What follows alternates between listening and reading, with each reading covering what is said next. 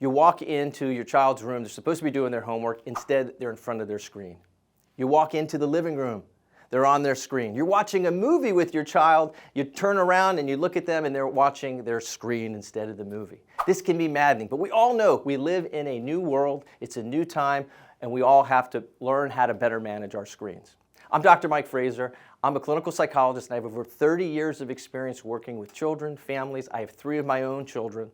I'm going to tell you in this video how we can, in a healthy way, help our children learn how to hand over their devices. All right, so let's get into it.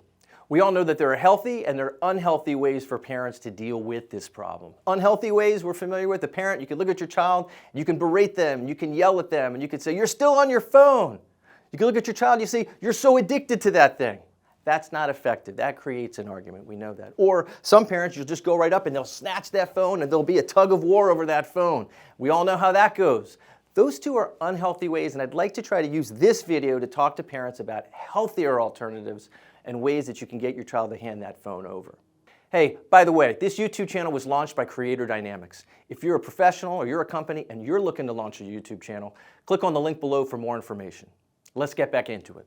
All right, so parents, I'm going to break this down into a couple of steps for you. The first step is having a conversation with your child. You have to sit down, whether they have a phone or not, whether you've given it to them or whether they currently have a phone, you need to sit down with them and have a conversation about how they're going to use it safely, responsibly, respectfully. Now, I do have a download on my website that can walk you through this piece by piece, but ultimately, handing over a phone when a parent asks for it is an issue of respect. And so you need to have that conversation and let your child know, if you're going to have this, if I'm going to give this to you, if you're going to have this amazing privilege, you need to use it respectfully. And what does that look like? What it looks like is when a parent asks for you to turn that device over, they put their hand out. When they ask you to put it on the table, put it on the charger outside of your room so you can go to sleep, for example, put it aside when you're doing your homework, you listen to your parent. Now I'm going to tell you about the second step. The second step is having a very clear conversation with your child about what are the situations when you want them to be without their device. What are situations, common situations, where you want them to be able to put it aside, put it down, or turn it off.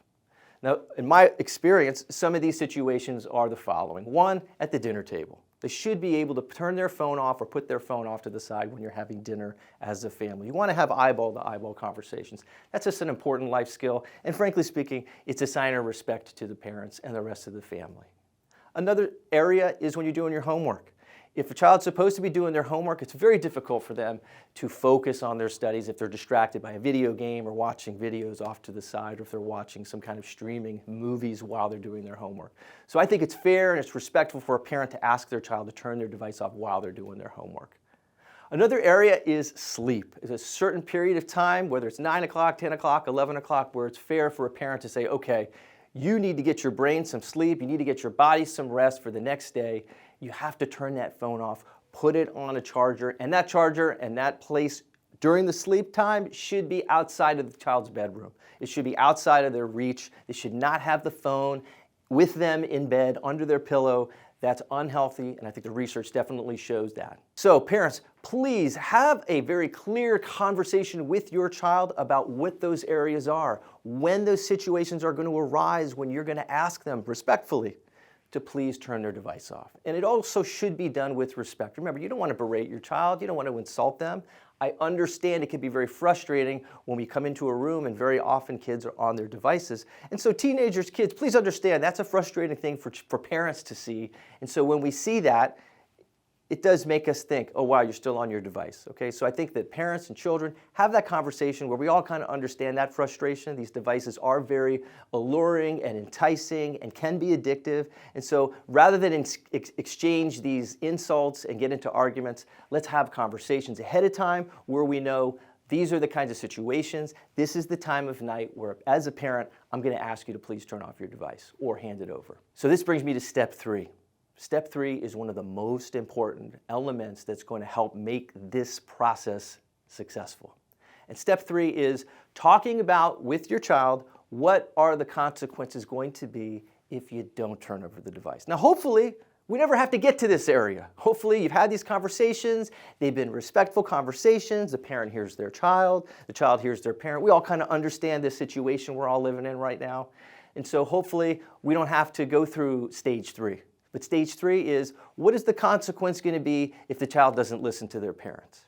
Now, I've done therapy with a lot of families, and some families, the parents are chasing their kids around the living room. The kids are insulting their parents.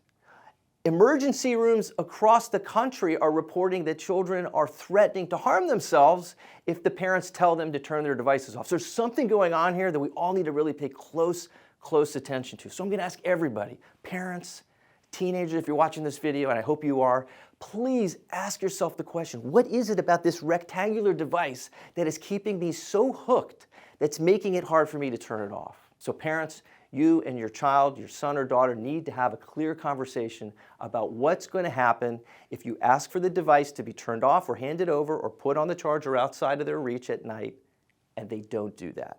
This is where the consequence comes in. Now, we all know the world is full of consequences. If you park your car on the street and you forget to move it, you're going to get a ticket. That's how the real world works. And I think parents, a lot of families report to me they have difficulties at home with their children following rules. And I can highlight one particular area that's responsible for this, and that is the difficulties that parents have enforcing consequences. Now, I have another video that talks about effective parenting styles. If you want to check that video out, please do. But one of the most effective parenting styles is the authoritative parenting style. And these are parents who are firm, they're compassionate, they're loving, but they know how to enforce consequences. And that doesn't mean that they're being mean. It doesn't mean that they're being cruel. It means they're being clear with their children about what's going to happen if they don't follow the rule, and they enforce it. So, for example, if a child doesn't turn over their device, a parent might have a rule in the house that says, okay, if you don't listen, if you don't turn over the device, it's going to go away for 24 hours. But if you say that, the child actually does have to lose the device for that period of time. 24 hours has to pass. And in another video, I talk about how they can regain access to that through the full apology. That means they have to talk about what they did wrong. They have to have that conversation with you. They have to acknowledge it was disrespectful that I didn't listen to you. We had a very reasonable rule, and I broke that rule, and I understand why I lost the device for 24 hours. So that's the third element that's very, very important. Now, I got to be honest with you, nobody loves this stage. Nobody loves the consequence. No parent wants to enforce these negative consequences on their children, and believe me, no teenager wants to lose their device. So the good news, if you're a teenager and you're watching this, and I hope you are, you don't have to lose your device. You just listen to your parent. Turn it off. It's a very important life skill, by the way. If you think you're going to be successful in college, one of the most important life skills you're going to need to develop, and this sounds kind of strange, is that you're going to need to know how to turn that phone off. You're going to need to learn how to turn off your devices so you can go to sleep and so that you can wake up on time to go to your classes in the morning. If you don't learn that now, you're going to really struggle down the road. So stage 3, this third step in the process is extremely important. So to sum up, have that conversation. Step 2, discuss what those situations are and those scenarios are and the times when the children are going to need to turn off their devices. And stage 3 is the most important part of this process. Parents, you have to do this piece if you want this to be effective. And frankly speaking, some kids can turn over their devices, some kids can turn them off without a problem. But if that's not your child, stage 3 is the most important step in this process. You have to be able to enforce that consequence. And parents, if you can do step 1, and you can do step 2, and you can do step 3 with your child, you're going to have a healthier process in your household so that your child can more effectively turn over their phone, turn off their devices, get their work done, have better meals with you at mealtime, get a good solid night's sleep, and most importantly, prepare themselves for the future. So parents, thanks for watching. Thanks for hitting that like button. Don't forget to subscribe, and please check out my website where I have a lot of free downloads, especially my digital parenting toolkit.